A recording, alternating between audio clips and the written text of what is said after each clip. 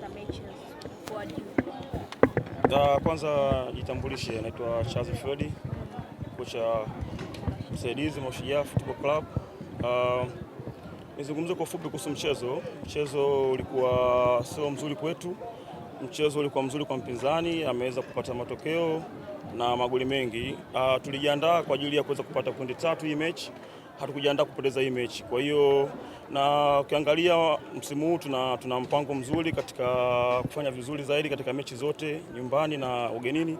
Kwa hiyo tumeweza kujiandaa vizuri kwenye mchezo kuweza kupata pointi 3. Kwa hiyo yalotokea yametokea. Tunapokea mchezo wa mpira ni wa makosa. Kwa hiyo makosa yalotokea basi tuenda kuweka sawa katika uwanja wa mazoezi. Unadhani sehemu gani hasa kikosi ambayo imeweza kuangusha siku ya leo kupata matokeo haya? Kama nilivyosema nyuma hapo kwamba tulijiandaa vizuri kwa ajili ya kupata pointi 3. Wapinzani walikuwa bora maeneo yote, maeneo ya katikati wameweza kutupress vizuri, tukafanya makosa, tukaruhusu magoli mengi na tuliruhusu magoli mengi zaidi haya. Kwa hiyo makosa tumefanya mengi sana. Kwa hiyo tayari tuko kwenye uwanja wa mazoezi kuweka sawa kwa ajili ya mechi zijazo.